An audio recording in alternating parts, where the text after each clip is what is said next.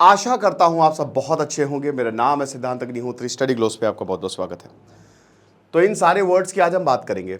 ये कौन से वर्ड्स हैं यूपीएससी आंसर राइटिंग में? इनको कहते हैं डिस्क्रिप्टिव डायरेक्टिव वर्ड्स। ठीक है, अब देखिए आंसर राइटिंग की क्योंकि हम बात कर रहे हैं तो हमारा जो कोर्स है वो परसों से शुरू हो रहा है। 20 जुलाई है, हो सकता है ये आज मैं लेक्चर कर रहा हूँ, माइट बी पॉसिबल ये लेक्चर कल अपलोड हो, लेकिन ये कोर्स आप लीजिए। सिर्फ 600 रुपये का कोर्स है। आंसर राइटिंग की सारी बारीकियां जो यहाँ, तो ये तो सिर्फ 1% है, सिर्फ 600 रुपये में। आमतौर पे आंसर राइटिंग, क्योंकि यही तो यूपीएससी का कोर है और सबसे महंगा होता है, ये सबसे महंगा, द मोस्ट कॉस्टली, लेकिन हम बहुत कम दामों में दे रहे हैं। और फैकल्टीज़ की अगर बात करें तो ये जो किताब है यूपीएससी आंसर राइटिंग, ये हमारी फैकल्टी ने लिखी है। मानसी मैम जो यहाँ पे पढ़ा चुकी है, तो उन्होंने ही ये किताब लिखी है, जो हमारी फैकल्टी है। तो आपको बता दो, बहुत ही बेस्ट सेलर। अगर आप चाहते हैं किताब तो मैं डिस्क्रिप्शन में इसका नंबर दे दूंगा, आप वहाँ से ले सकते हैं। ठीक है, तो क्वालिटी आप ऐसे देख सकते हैं। बाकी एसडीएम ऋषि सर, मैं, बाकी सब हैं। ठीक है ना।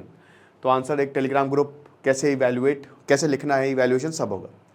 तो आज हम बात करेंगे, मैं इसी किताब से ही चलूँगा, डिस्क्रिप्टिव डायरेक्टिव वर्ड्स की। राइट, तो डिस्क्रिप्टिव डायरेक्टिव वर्ड्स क्या होते हैं?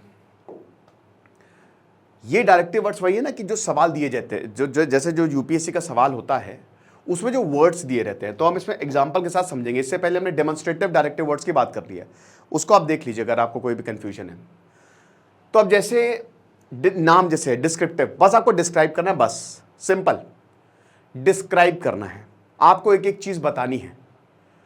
तो कोई भी चीज अगर आपको डिस्क्राइब करने को कहे, आप सभी में ही डिस्क्राइब करते हो, बस थोड़े से पैमाने अलग अलग है। ठीक है ना। तो ये हिसाब किताब है। तो अब जैसे अकाउंट फॉर, पहले इस शब्द की बात कर लेते हैं। अब ये जो सबसे पहला शब्द है अकाउंट फॉर, इसका मतलब क्या होता है? मान लीजिए, ठीक है, कि जैसे अब आप नाम देखिए डिस्क्रिप्टिव डायरेक्टिव, कि आपको हर एक चीज डिस्क्राइब करनी है, लेकिन यहां कुछ शब्द में आप हो सकता है कंफ्यूज हो जाएं। ओके, अब जैसे मान लीजिए कि अकाउंट फॉर बोला गया है, तो इसमें क्या डिस्क्राइब करना है, लेकिन मैं बोलूं आपसे कि यार एक बात बताओ कि तुम यार कल गए थे, हाँ, अब उसका मुझे पूरा अकाउंट बताओ। कल तुम एक पार्टी में गए थे, तो तुम शुरुआत से लेकर लास्ट एक पूरा नैरेटिव बताओगे कि हाँ ये गया, मैं इतने बजे। देखिए डेमोन्स्ट्रेट वाला अलग है, डेमोन्स्ट्रेट मतलब दिखाना, लेकिन यहां अलग है, यहां डिस्क्राइब करना है आपको। तो क्या करोगे कि सर मैं सुबह 6 बजे उठा, 7 बजे जो है बाथरूम गया, आया, उसके बाद फिर मैं फ्रेश हुआ, एक एक चीज, उसके बाद फिर मैं बाहर निकला, पार्टी दोपहर 12 बजे से थी, मैंने कपड़े पहने। तो you will what, you will give account. जो जो तुम्हारे साथ अकाउंट क्या होता है, आपका कच्चा चट्टा खुल जाता है। तो यही है, this is what it means. तो चलिए काम करते हैं कि हम इसको एक प्रीवियस ईयर क्वेश्चन से समझते हैं। राइट, तो कोविड-19 pandemic has caused unprecedented devastation worldwide. पूरी दुनिया में कोविड-19 ने तबाही मचा दी थी, लेकिन technological advancement are being availed readily to win over the crisis. तो जो टेक्निकल एडवांसमेंट आए हैं, जैसे जो हमारे पास जेनेटिक टेक्नोलॉजी है, इंजीनियरिंग, उससे हमने इसको जीत लिया। राइट, साइंस एंड टेक का सवाल है जीएस पेपर 3, इसमें तो कोई दिक्कत है नहीं। ठीक है, उसके बाद अच्छा ये मैं बता चुका क्वेश्चन को कैसे समझना है। एक आत्मा होती है और क्वेश्चन क्या पूछ रहा है आपसे। So give an account of how technology was sought to aid management of the pandemic. Okay, तो यहां पे सबसे पहले क्या बोला है कि जो क्वेश्चन की आत्मा है वो जो कोविड-19 की वजह से तबाही मची है, तो बेसिकली कोविड-19 की वजह से पूछ रहा है। बट कोविड-19 में क्या बोल रहा है? Technological advancement. तो जो टेक्नोलॉजिकल एडवांसमेंट है उसने इसको जिता दिया। तो क्वेश्चन की आत्मा तो टेक्नोलॉजिकल एडवांसमेंट हो गई। अब ये पूछ रहा है कि अकाउंट दीजिए, गिव एन अकाउंट, कि टेक्नोलॉजी ने कैसे इस क्राइसिस को मैनेज किया। तो यहां पे कीवर्ड मेन क्या है कि आखिरकार टेक्नोलॉजी का काम क्या है कोविड-19 में। तो भाई अब इसमें क्या इंट्रोडक्शन, कि कैसे आप कोविड-19 को बताएंगे कि कैसे कितना खतरनाक था वो। उसके बाद आप बॉडी में लिखेंगे। अब बॉडी में आप टेक्निकल अब अकाउंट की बात हो रही है तो पूरा अकाउंट दीजिए। भारत में टेक्नोलॉजिकल एडवांसमेंट कैसा, एआई हो गया, कॉमर्स हो गया, एवरीथिंग, क्या टेक्नोलॉजी में रोल प्ले किया, समझ रहे हो? अकाउंट देना है तो ये आपको पूरा डिस्क्राइब करना और फिर कंक्लूजन आप दे दीजिए।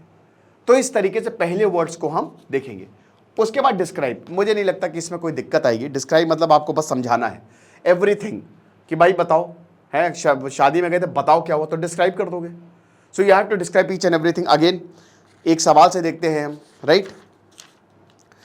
तो अब जैसे clean energy is the order of the day, ठीक है। अब ये तो एक कोटेशन है।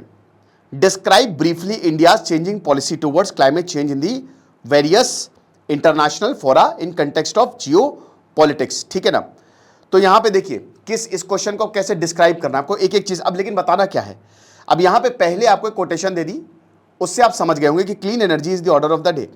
अब बोला है डिस्क्राइब, यहां ये डिस्क्राइब पहले आ जाता है, जो डायरेक्टिव वर्ड होता है कि इंडिया की जो चेंजिंग पॉलिसी है, क्लाइमेट चेंज पूरी दुनिया के कंटेक्स्ट में वो क्या है। तो भाई क्वेश्चन की थीम क्या है, क्लाइमेट चेंज, इन्वायरमेंटल को कंजर्व करना, और भारत का क्या स्टैंड है। और क्वेश्चन की थीम क्या, अगर कीवर्ड की बात करें तो जियो पॉलिटिक्स के कंटेक्स्ट में। आमतौर पे जो कीवर्ड है ना वो क्वेश्चन में आप देखेंगे कि वो जियो पॉलिटिक्स। तो इसमें क्या करेंगे, इंट्रोडक्शन की सबसे पहले तो आपको जो कंटेक्स्ट है ना, उसका प्रॉपर एक इंट्रोडक्शन देना है कि क्यों क्लीन एनर्जी इंपॉर्टेंट है, ठीक है ना, और क्लीन एनर्जी कौन कौन सी है। तो ब्रीफ इंट्रोडक्शन आपने दे दिया, डिस्क्राइब करना है बॉडी में।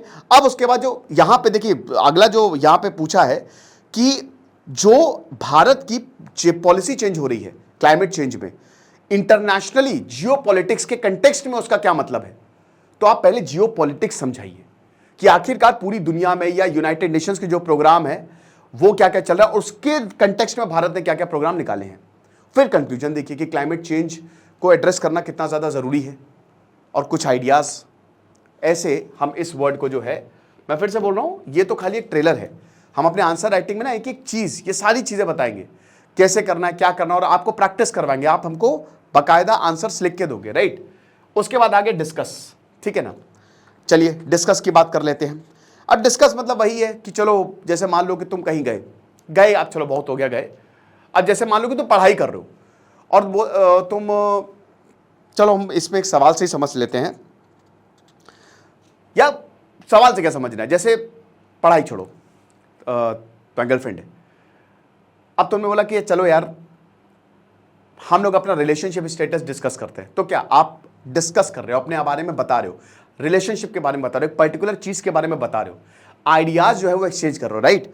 तो डिस्कस मतलब यही होता है कि किसी पर्टिकुलर सब्जेक्ट के बारे में बात करना, या होता है 2, 4, 6, 10 कितने लोगों के बीच में भी डिस्कशन हो सकता है, ठीक है ना। डिस्क्राइब अलग है, अगर मैं बोलूं कि समझाओ वो अलग हो गया, लेकिन देखो समझाना अलग हो गया। जैसे मैं बोलूं कि डिस्क्राइब योर मैरिज एनिवर्सरी, तो तुम उसको डिस्क्राइब समझाओगे, लेकिन अब मैं बोलूं डिस्कस करते हैं यार तुम्हारी मैरिज एनिवर्सरी, तो डिस्कशन अलग हो गया, ठीक है ना। तो यहां पे हालांकि दोनों में ही आप समझाओगे, ठीक है।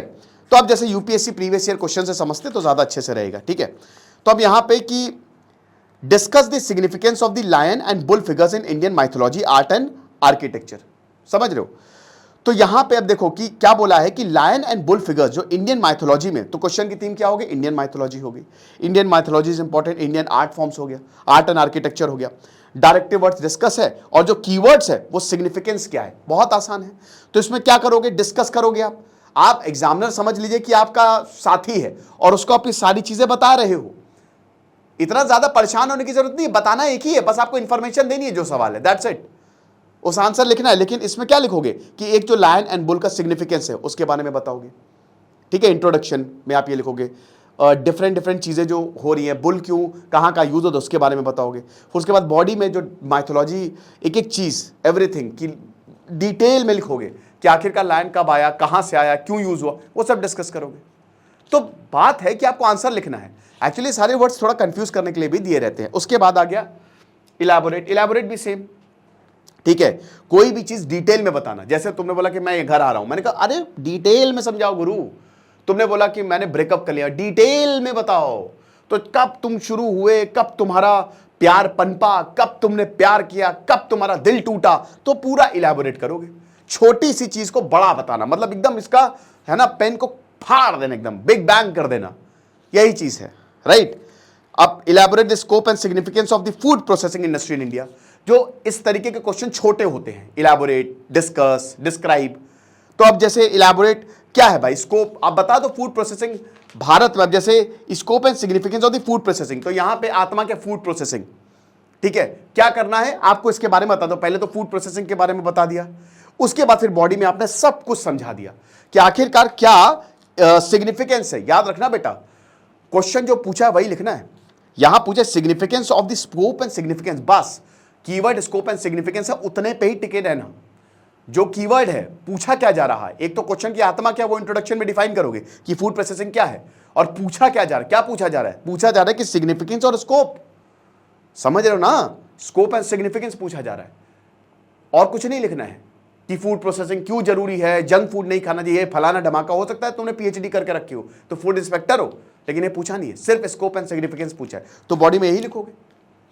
ओके, देन उसके बाद आउटलाइन भी सेम चीज। आउटलाइन अगेन आपको बता, अब आउटलाइन क्या है, आउटलाइन का मतलब जैसे अगर बात करते हैं तो एक तरीके से किसी पर्टिकुलर चीज को बताना, समझ रहे हो। जैसे मान लो कि तुम मुझे बता रहे हो कि सर एक्चुअली क्या हुआ, कल मेरा दिन बहुत खराब गया, कल मैं बैंक गया, बैंक से वापस आया और उसके बाद फिर मैंने घर में खाना खाया, घर में लड़ाई हो गई, फिर जब घर में मम्मी से लड़ाई हुई उसके बाद फिर मैं बैठा, मेरा पढ़ाई में भी मन नहीं लगा, मैंने कहा एक मिनट मम्मी से लड़ाई का बताओ, उसको आउटलाइन करो जरा। तो किसी पर्टिकुलर चीज के बारे में बताना, दैट इज द आउटलाइन। तो हम एक काम करते हैं कि इसमें हम सवाल जो है वो देख लेते हैं, राइट। तो इसमें सवाल वही कि ठीक है ना, ये चीज है। तो what do understand by the string, अच्छा ये तो हो चुका है ऑलरेडी, इसको छोड़ देते हैं। जैसे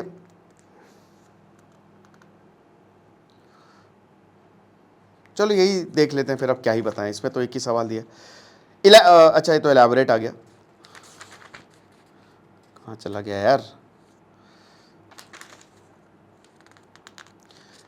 What do you understand by the string of pearls? How does it impact India? Briefly outline the steps taken by India to counter this.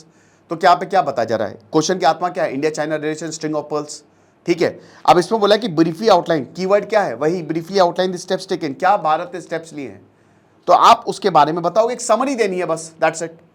Outline तो यही होता है ना कि आपको पूरी चीज नहीं बतानी, बस समरी दीजिए, ये हिसाब किताब है। उसके बाद देखते हैं आगे। हाँ, ये बड़ा दिक्कत, quotation plus what does it mean. भाई देखो ये जबरदस्त चीज है, राइट। अब कोटेशन मतलब एक कोटेशन दे दी जाएगी ये वर्ड में, और फिर बोला जाएगा इसका मतलब क्या है, अगेन डिस्क्राइब करिए आप, जबरदस्त। अब जैसे सवाल देखते हैं, ethics is knowing the difference between what you have the right to do and what is right to do, Potter Stewart, यानी कि एक कोटेशन है, किसी की भी, महात्मा गांधी हो गया, अल्बर्ट आइंस्टाइन, किसी भी कोटेशन दे देंगे, और उसके बाद बोलेंगे व्हाट यू, मतलब what does the following quotation mean, मतलब इसका मतलब क्या। सिंपल सा, सिंपल, बहुत सिंपल है, लेकिन सबसे ज्यादा टफ है। सिद्धांत अग्निहोत्री ने बोला नॉलेज इज पावर, इसका मतलब क्या है। अब बेटा हालांकि दिमाग अगर 360 डिग्री चलता है तो इस तरीके के सवाल मजा आ जाएगी तुमको। तो इसमें क्या बोलोगे, सबसे पहले तो बैकग्राउंड की बात करोगे कि जो पॉटर स्टीवर्ट ने बोला है इस कोटेशन का, इसका बैकग्राउंड क्या था, ठीक है, या फिर इसको डायरेक्ट एक्सप्लेन करना शुरू कर दो। अब भाई ये देखो इतनी सारी कोटेशन है, हो सकता है आपको नहीं पता हो, नहीं पता छोड़ दो, सिर्फ कोटेशन पे ध्यान दो, फिर उसको प्रॉपर तरीके से बताना शुरू कर दो, समझ रहे हो। एक और सवाल देख लेते हैं,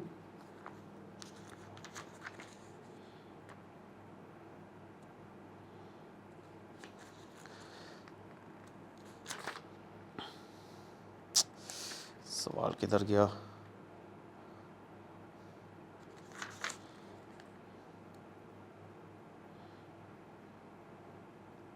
चलो सवाल तो इसका एक ही दिया हुआ है, और अगर ये किताब आपको चाहिए तो मैं डिस्क्रिप्शन में नंबर दे रहा हूँ, तो वहाँ से आप इसको ऑर्डर कर सकते हैं। उसके बाद शॉर्ट नोट, तो यार मुझे नहीं लगता शॉर्ट नोट सबसे आसान होता है, 150 वर्ड्स के सवाल आते हैं, तो कोई भी चीज़ दे दी जाएगी, जैसे rise and growth of social religious freedom, इसमें शॉर्ट नोट लिखिए, लिख देना शॉर्ट नोट, एक एक चीज़ बता देना, ठीक है ना। तो इसमें तो बेसिकली वही है कि आपको इंट्रोडक्शन की भी ज़रूरत नहीं है, बस आप डालिए डेफिनेशन और लिख दीजिए, तो ये हिसाब किताब आपको देखने को मिलेगा।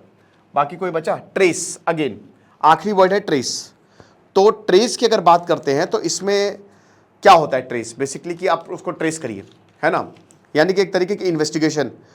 तो जो चीज़ जैसे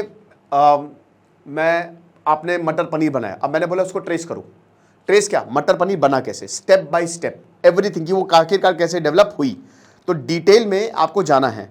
तो अब जैसे trace the rise and growth of, नहीं चलो ये तो मैं बता ही चुका हूँ, ठीक है ना। अब जैसे यहाँ पे बोला गया है कि trace the rise and growth of social religious movement in with special reference to Young Bengal and Brahmo Samaj. 2021 में सवाल पूछा गया था कि trace the rise and growth of social religious reform movements with special reference to Young Bengal and Brahmo Samaj. तो अब इसमें देखिए क्या है कि इसमें आपको बताना है एवरीथिंग, राइट, एक एक चीज आपको बतानी है। इंट्रोडक्शन देंगे, ब्रह्मो समाज क्या था, और उसमें बोला है कि कैसे ये ग्रो हुआ, तो आपको कैसे ये डेवलप हुआ, बॉडी में एक एक चीज लिखना है, फिर कंक्लूजन लिखना है। तो ये जो वर्ड्स हैं इसमें बस आपको डिस्क्राइब करना है। पिछले वाले में डेमोन्स्ट्रेट था, इसमें डिस्क्राइब करना है, एक एक चीज आपको इन डिटेल में समझानी है। बाकी आप हमारे कोर्स को जरूर अवेल करें, परसों से क्लास शुरू होने वाली है। खुश रहिए, पढ़ते रहिए। दिस इज सिद्धांत अग्निहोत्री साइनिंग ऑफ। 20 तारीख से क्लास शुरू होने वाली है। 17 को करो, अगर आज अपलोड हो गया तो फिर परसों से, नरसों से, कल हुआ तो परसों से। Thank you so much.